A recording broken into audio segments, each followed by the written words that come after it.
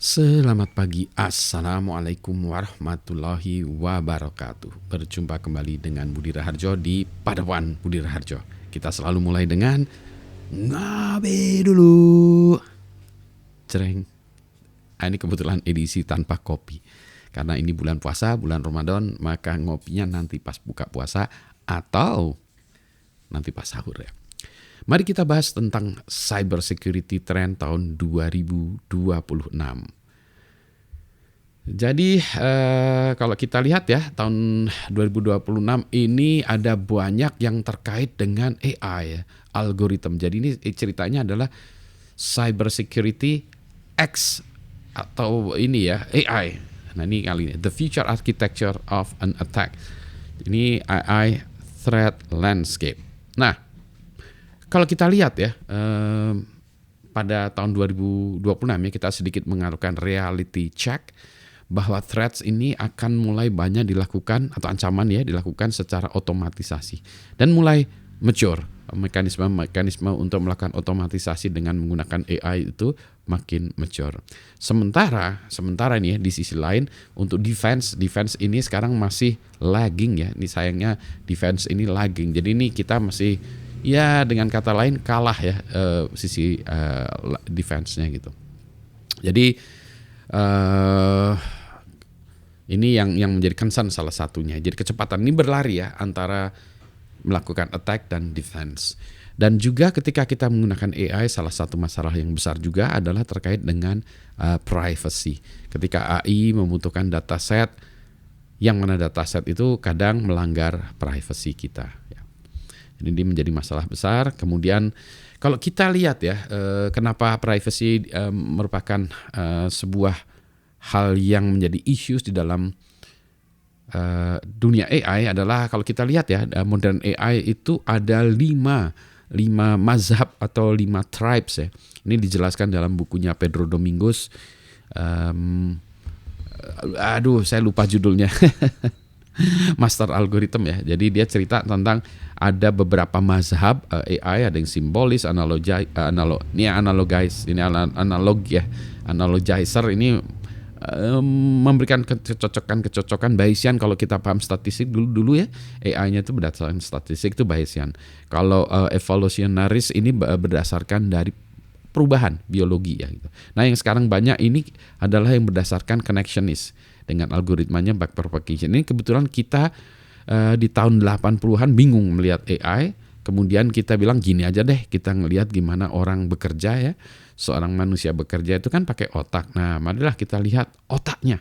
Ya, jadi di bidang keilmuan neuroscience ini kita lihat apa sih dalam otak kita. Ternyata dalam otak kita itu adalah neuron seperti gini ya. Jadi ada neuron, ada nukleusnya, terus ada inputnya banyak ya. Ini dendritesnya, inputnya banyak, outputnya hanya satu, akson.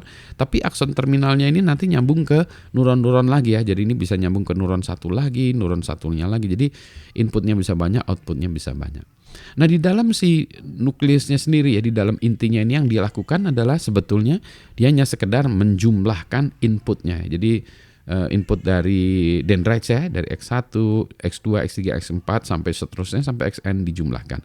Tetapi karena menjumlahkannya itu ini ya, ada faktor yang penting dalam menjumlahkan, yaitu adalah bobot. Jadi sebelum dijumlahkan, X1 ini kasih bobot W1 atau W1. Jadi X1 kali W1 ditambah X2 kali W2, X3 dan seterusnya. Nah, weight-nya inilah yang kita sebut nanti learning-nya ya. Disinilah yang menentukan fungsi dari masing-masing neuron ini. Ya, gitu ya. Terus kemudian nanti activation function ini ada macam-macam lah ya. Ada ReLU dan segala macam. Tapi ini anggap saja ini adalah untuk output signal conditioning aja lah ya. Tapi pada prinsipnya neuron adalah menjumlahkan inputnya, gitu ya. Anyway, nah setiap neuron itu kemudian kita sambungkan ya, sehingga nanti bisa membentuk kayak gini, jejaring neuron. Nah, problemnya dengan sistem yang seperti ini adalah neuron-neuron di dalam ini kita sebetulnya tidak mengerti ya. Jadi ini kita sebenarnya hidden layer ini sebenarnya logiknya tidak mengerti. Apakah layer pertama itu melakukan fitur detection, layer kedua juga menggabung-gabungkan fitur tersebut ya. Ya ini kita belum tahu ya. Jadi layernya ini ada yang 3, 5, 11, 23, 75 gitu ya. Jadi ini hubungannya juga masih termasuk sesuatu yang sifatnya menurut saya art ya. Jadi input, hidden layer, kemudian output di sini biasanya ini classifier ya. Nah, ada beberapa hal terhadap sistem AI seperti ini. Yang pertama adalah bias ya, bias terhadap datasetnya ini ya. Kita bingung dengan datasetnya ini sebetulnya kalau datasetnya tidak balance misalnya ya. Contoh dari satu kelas ya, satu jenis data itu sangat jomplang dibandingkan dengan berikutnya lagi, satu kebanyakan, satu lagi kurang, maka sebetulnya itu disebut bias ya. Jadi sistemnya ini dia akan condong bagus untuk satu hal, jelek untuk satu hal yang lainnya gitu ya. Opaqueness-nya ini jadi itu ketidakjelasan atau ketidaktransparansian dari inputnya. Misalnya saya ngambil data, ditanya, Pak Budi ngambil datanya dari mana? Nah, saya tidak bisa menjelaskan karena biasanya masalah legal tadi, melanggar privasi ya. Misalnya saya ngambil foto-foto Anda, atau foto plat nomor mobil Anda, atau foto kesehatan Anda ya. Sebetulnya yang masuk dalam sini tuh nanti tidak ada data pribadi kita ya, tetapi ketika mengumpulkan ini khawatirnya datanya itu dijual belikan. Nah, jadi itu yang terkait dengan privasi di sini. Jadi kita tidak transparan ya gitu. Nah ini sehingga ini kan susah dilakukan tes ya secara engineering kan. Kita tes engineering itu biasanya input output kita lihat di tengah-tengahnya ya. Ini biasanya kita sebut ya ini black box saja. Kita tidak tahu di dalamnya kerjanya gimana, tapi it works ya. Dia bekerja dengan baik. Nah sekarang ini kita bisa melakukan adversarial attack. Jadi kalau kita punya stop sign ini untuk di traffic sign recognition ya, pengenalan traffic sign. Jadi kalau kita ada stop sign ya, harusnya kan dikenali sebagai stop sign ya, tanda stop, ini nggak boleh mobil nggak boleh maju ya, stop gitu. Kalau dikasih data attack-nya ini misalnya random noise atau stiker, maka stop sign ini bisa menjadi maximum speed 100. Jadi dia mobilnya bukan malah stop, malah ngebut. Kan boleh 100 gitu ya. Jadi gitu ya. Jadi noise ini bisa justru menjadi death trap ya, yang seharusnya ini safety ya bisa menjadi death trap. Ini yang kita sebut namanya adversarial attack karena attack-nya tidak nampak gitu ya. Nah ini gitu ya. Seberapa susah melakukan attack-nya itu ada cerita yang lain, dan seberapa mudahnya kita melawan ini ada cerita yang lain.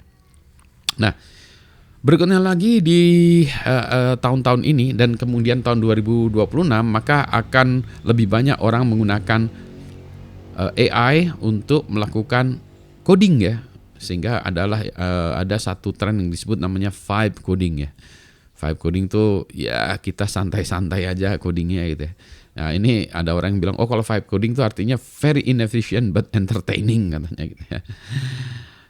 Hasilnya apa? Hasilnya adalah kode yang cepat dikembangkan ya. Jadi speed itu lebih penting daripada security. Yang penting jadi sekarang 10 menit jadi. Security-nya gimana? Nanti dulu. Yang penting 10 menit jadi, saya deploy langsung ya. Jadi gitu. Ya jadi ini di satu sisi bagus ya speed, tapi di sisi lain ini akan membuka celah lubang baru lagi dari kacamata security ya. Jelek dari kacamata security. Yang kedua ini biasanya kodenya itu sulit untuk diverifikasi ya, karena tadi output dari black box itu, sehingga vibes-nya ini akan sulit diverifikasi ya. Jadi akan banyak kode-kode yang jorok, kotor gitu ya. Akan banyak karena gampang sekali mengenerate-nya. Maka kemudian akan ada muncul lowongan pekerjaan baru ya, misalnya ini namanya Vibe Coding Cleanup Specialist gitu. Jadi ini adalah orang-orang yang kerjanya adalah membersihkan kode-kode yang di-generate oleh Vibe coders tadi. Oke. Ini contoh kegagalan AI, sistem AI. Jadi sistem AI ini ada sisi lain juga bisa menimbulkan insiden. Jadi ini ada Vibe Coding Service Replit ya, ini mendelete user ini database. Jadi dia misalnya kita buat kode ya, kemudian kita minta AI, tolong ini dibersihkan kode kita, kalau jelek tolong diperbaiki dan seterusnya lagi. Terus dia lihat, wah ini kodenya jelek banget ini. Kalau gitu database-nya kita recreate aja ya. Jadi dia malah ngerusak database-nya, di delete gitu ya. Jadi delete ini jadi oleh AI agent tuh malah merusak database ya. Nah kita bilang jangan di delete. Dia bilang maaf Bu, maaf Pak. Ya dia sih tinggal maaf ya. Database kita sudah hilang ya. Jadi ini kejadian ini bukan bukan sekali dua kali ya, sudah ada beberapa kejadian sedikit ini. Jadi insiden sistem AI. Ya. Kemudian ada lagi mungkin yang baru-baru ini yang ngetop saat-saat ini ketika video ini dibuat, ada OpenClaw ya yang sangat populer. Kita serahkan medsos kita, email kita, WhatsApp kita kepada Telegram kita kepada AI agents, terus dia suruh menganalisis gitu. Wah ternyata ini kejadian ya. Jadi di ini ya, yang ini yang sebelah kiri ya. Jadi dia ini ada sebuah AI agent yang dia ngelihat mailboxnya, terus dia bilang gini, ini mailboxnya udah lebih dari 15 hari, saya delete aja. Jadi email-email yang udah lebih 15 hari mah dia di delete, nggak penting gitu ya. Jadi dia nuclear option, trust everything in box. Jadi dia gitu, padahal usernya bilang stop, don't do anything. Jadi usernya bilang stop, tapi si AI-nya masih terus. Ya terus nanti di akhir ceritanya ini ya, nanti si ini dimarahin si AI-nya nih. Kata AI-nya, maaf, it won't happen again nih, tidak akan terjadi lagi gitu ya. Tapi email kita udah hilang. Jadi luar biasa ya. Kemudian ada juga orang yang menginstall OpenClaw ini, tapi dia lupa bahwa OpenClaw ini harus di-securekan juga, sehingga ini AI agents-nya ini ya terbuka, bisa diekspos oleh orang-orang. Jadi orang-orang install tanpa memperhatikan database-nya. Ini ada 770.000 ya, banyak ya, mendekati 1 juta ya. Jadi ya. Ini tadi ya, 770.000. Nah, sekarang kita pikir, wah kalau saya pakai AI-nya ChatGPT, DeepSeek, atau Gemini, wah nanti saya takut data saya dipakai oleh mereka. Maka saya install,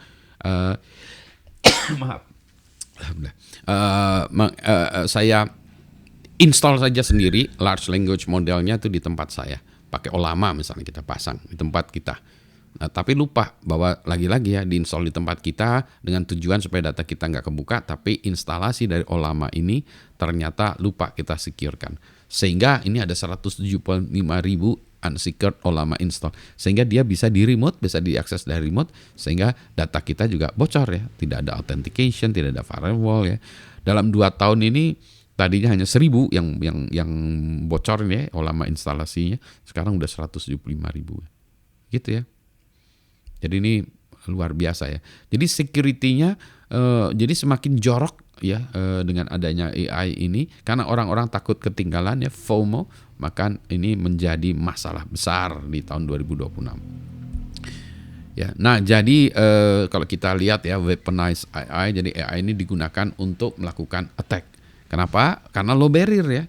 Low barrier, jadi kita tinggal menggunakan AI untuk melakukan attack AI ini. Jadi low barrier untuk entry untuk melakukan attack. Mulailah ada agentic AI malware, itu meskipun masih dalam bentuk penelitian ya. Jadi nanti ada vibe coding, ini juga adalah vibe hacking ya. Mengerikan ya. Nah sekarang mulailah ya toolkit-toolkitnya mulai muncul, misalnya ShellGPT. Ini toolkit ini adalah hal yang baik sebetulnya ya, tetapi kadang digunakan untuk yang hal tidak baik. Misalnya ShellGPT itu kita bisa minta tolong, misalnya saya ingin melakukan port scanning untuk ini IP dari sekian ya ke sekian, tolong generate scriptnya. Nah, nanti ShellGPT itu mengenerate scriptnya, nanti kita tinggal eksekusi ya, jadi ShellGPT. Kalau prompt log ini ada suatu, ini masih penelitian sebetulnya untuk membuat prototype ransomware ya berdasarkan LLM. Jadi kita tinggal ngomong, saya ingin buat ransomware yang karakternya seperti ini, dia menghasilkan ransomware seperti itu.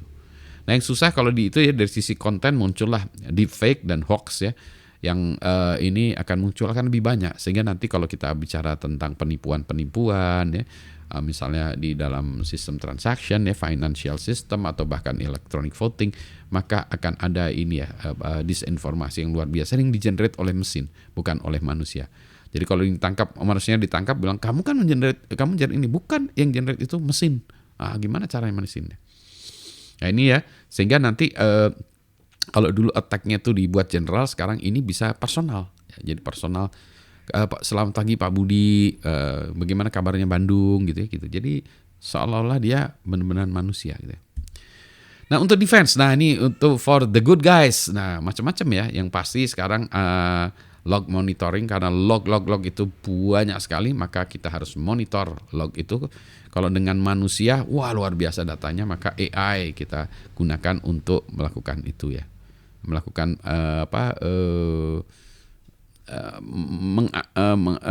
membaca log tersebut, kemudian melakukan summary mana yang kelihatannya anomali. Malware juga gitu dideteksi dengan menggunakan AI. Kalau tadi ransomware atau malware di-generate oleh AI, ini sekarang membuat versi sanitasinya ya untuk mendeteksi itu. Kemudian juga kalau ada web yang kena attack, maka dia akan melihat detection ya, webnya itu cek web integrity. Oh, ini kita sudah kena attack ya, karena dia akan lihat beberapa hal di web itu yang mungkin bisa merupakan petunjuk bahwa kita under attack ya. Yang adversarial defense tadi adalah pertahanannya dari serangan adversarial.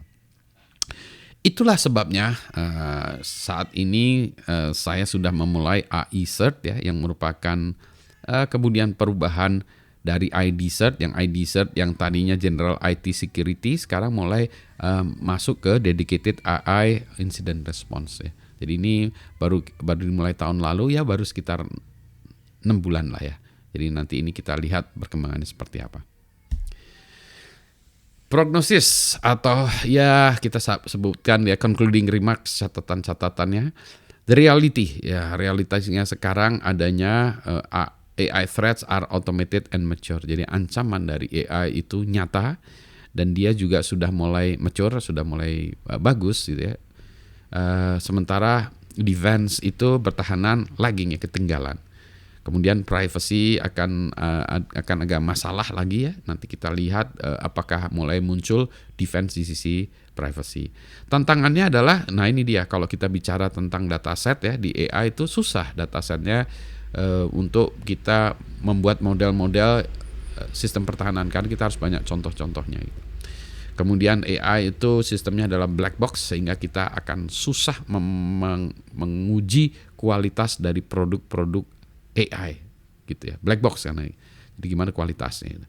Nah ini dimasalahkan juga dengan tadi di bidang cyber security itu sudah susah cari orangnya, di bidang AI juga susah cari orangnya. Gabungan dari orang yang paham AI dan security ini tambah susah ya.